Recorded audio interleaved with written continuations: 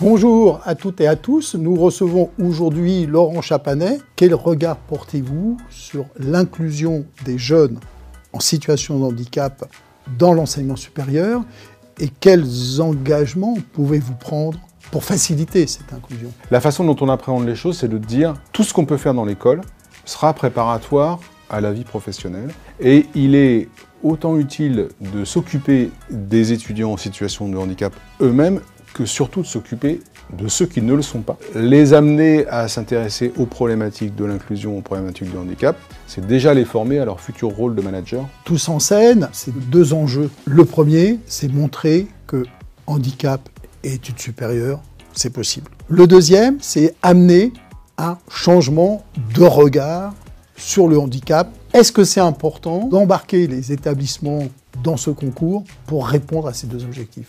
Donc effectivement, c'est fondamental que nous, les écoles, on participe. Le format que vous proposez, le format de vidéo, c'est aussi un format qui dédramatise les choses, qui est facilement accessible à tous. Donc je trouve que voilà, à la fois le format puis la façon de nous faire collaborer est une vraiment très belle façon de faire. Je rappelle que le concours Tous en scène, c'est 10 mois de mobilisation. Comment faites-vous pour mobiliser vos étudiants et vos étudiantes tout au long de cette édition Tous en scène?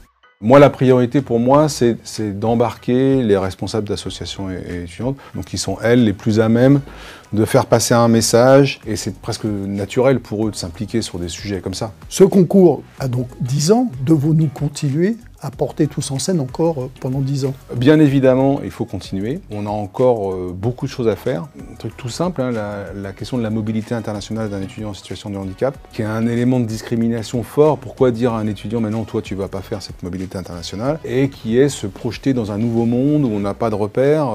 Voilà, donc on a beaucoup de sujets. Il faut continuer à travailler encore. C'est les 10 ans de Tous en scène, mais c'est aussi les 30 ans de notre association Tremplin Handicap. Quelles ambitions pourrions-nous avoir pour amplifier ce phénomène auprès de ces jeunes, pour les encourager à aller vers vos écoles? La question d'aller le plus tôt possible, c'est-à-dire dès le collège, c'est vraiment ce qu'il faut faire, parce que c'est vrai qu'on sait aussi que c'est un moment où des découragements peuvent arriver. Donc pouvoir rassurer les jeunes et surtout leurs parents sur les possibilités, sans qu'il y ait de limites qui soient amenées par ce handicap, c'est extrêmement important. D'amener aussi des rôles modèles, c'est-à-dire des jeunes qui ont été accompagnés par vous dès le début, qui sont maintenant en situation professionnelle et qui peuvent être des témoins. Et nous, les écoles, on peut servir de relais, c'est-à-dire faire en sorte que nos étudiants, alors qu'ils soient en situation de handicap ou pas, mais parce qu'ils sont particulièrement sensibles, s'impliquent dans ce travail amont, parce qu'il est vraiment fondamental pour nous.